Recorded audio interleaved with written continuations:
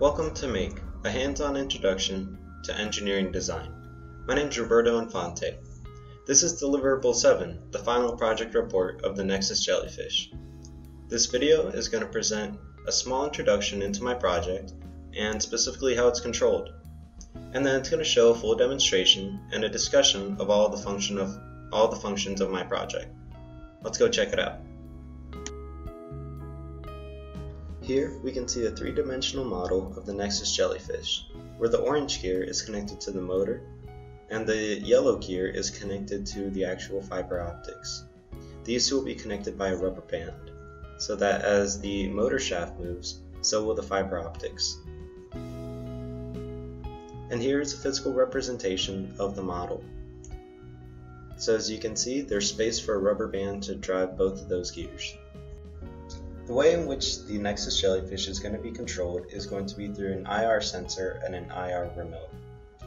Once a signal is received, the Arduino will send out two other signals, one to the RGB LED and one to a transistor to allow current to flow through a motor.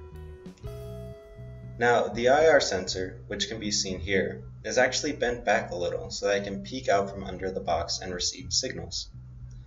Once that signal is taken in, the Arduino is going to decode it and is going to send a signal to the RGB LED, which is going to be in the middle part of the shell. That way it can produce light to the fiber optics. Once it gets that signal, we should be seeing blue and magenta color shifting. While this occurs, there's also going to be the DC motor running, and that's controlled by a transistor. As you can see here, the wires are going to be going through the same hole as the ones for the RGB LED. And when we put all of that together, what we'll actually be getting is the Nexus Jellyfish. And here it is in the daylight, so that you can see all of the wires, the fiber optics, and the shell, but it truly shines at night. The first step to turning on the Nexus Jellyfish is going to be actually hooking it up to the wall adapter. The wall adapter which we have right now can go anywhere between 6 and 12 volts.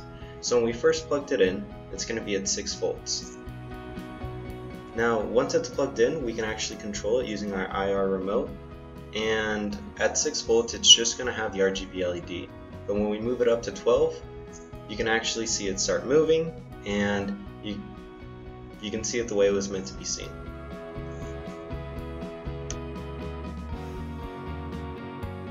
This was a fantastic experience, and I'd just like to give a special thanks to Dr. Schloff and the TAs for all of their help. Thank you.